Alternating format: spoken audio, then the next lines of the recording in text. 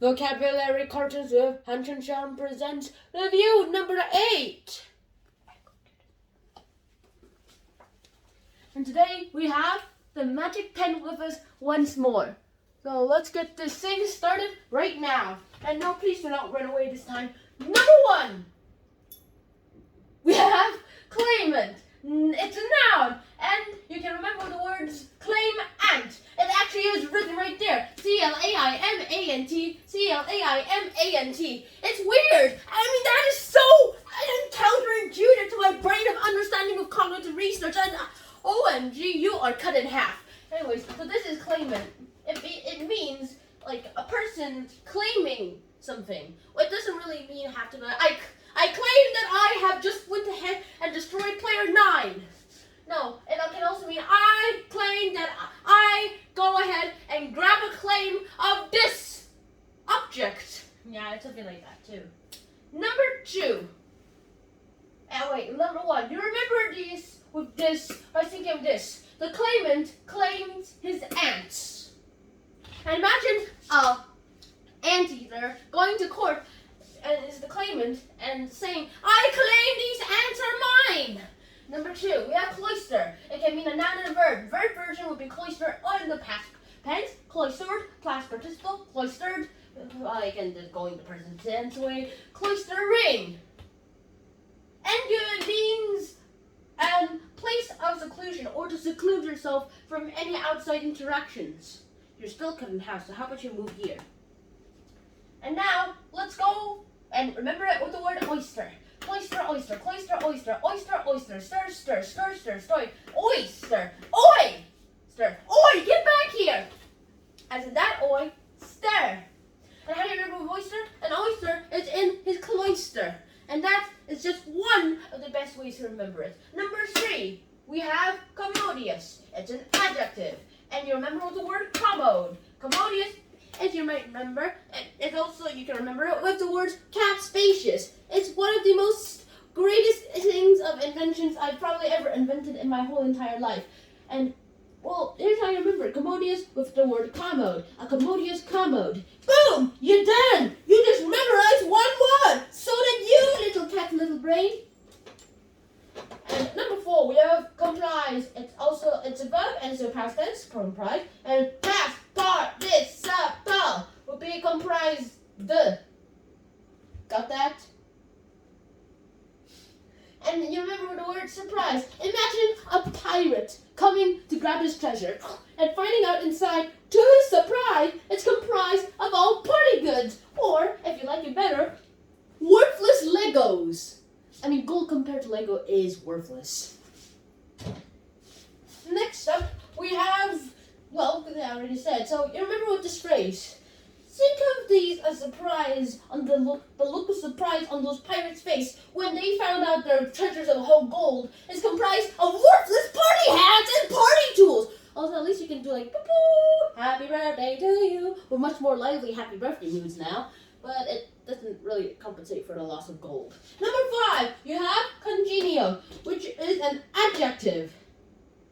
What does congenial mean? It means to be friendly, like how I have been for most of this channel and most of the days in my life. I am congenial, right, guys? Please tell me in the comments down below when I release this video. Yeah, but first publish it will be in a private video anyway. So here you go. Remember the word congenial is the adjective, which is an adjective with the word jeans. And also, this is probably just a stereotyping of people in jeans. You remember like this. People in jeans are usually congenial. You're not in jeans. That means you're not congenial. Confused, right? Number 6. It's a noun. And it is connoisseur. 2 N's, 2 S's. I like to remember spelling like this. C-N-N-S-E-U.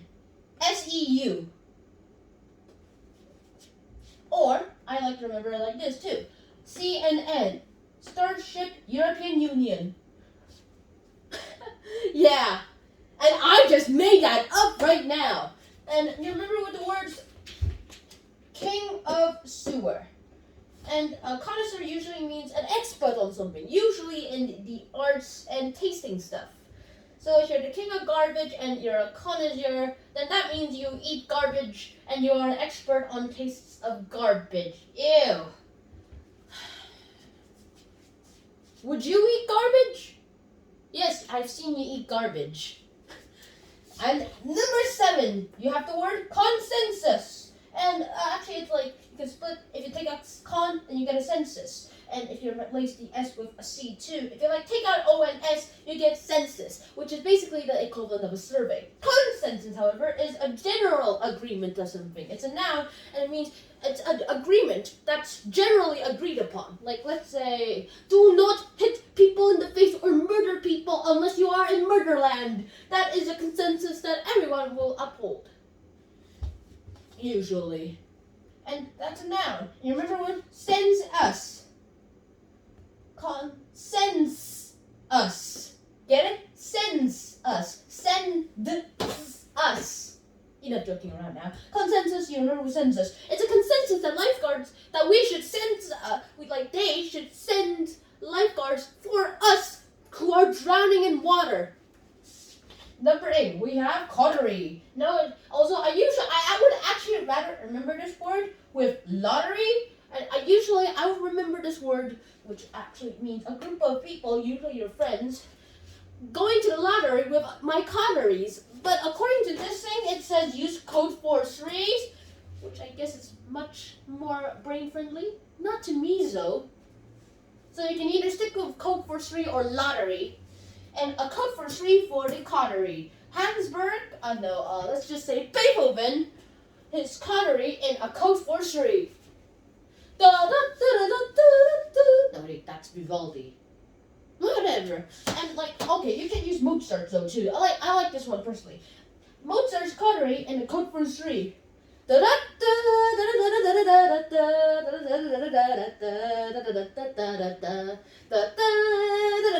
Okay. Number 9, you have countenance. And how do you remember countenance? Well, it's a noun. And countenance actually means the expression written on your face. Basically, empathy. Expression written on my face, people, including you. Let's read your expression. Expressionless. Unless he has Alright, and you remember it when count the nuts. No, I do not mean these. I mean the nuts that you eat. You can count the nuts. You can see on their countenance that they are counting the nuts. That's at least how I like to remember it, and I'm being squeezed right now. Number 10, you have coup. It's usually a bad thing. Lots of coups have happened in recent years, especially recent years. It's been happening more frequently than recent years in the past, but nowadays there's still some coups. And you remember coup with crew. And now like in pirate ships where they sometimes mutiny and they say, Captain, you're no longer captain. Everyone on a consensus of that? Aye. And they go ahead and charge the captain and they're like, kill the captain. That's basically a coup. The crew are a coup. Blackbeard's crew went on a coup and kicked them off the ship with his butt. And that's the whole thing. And that's all the 10 words in less than 10 minutes. I hope you guys enjoyed this. And time for magic. Bong. I hope you guys enjoyed it, and I'll see you guys soon. Until next time, Shnan and Claude the Cat out. Peace.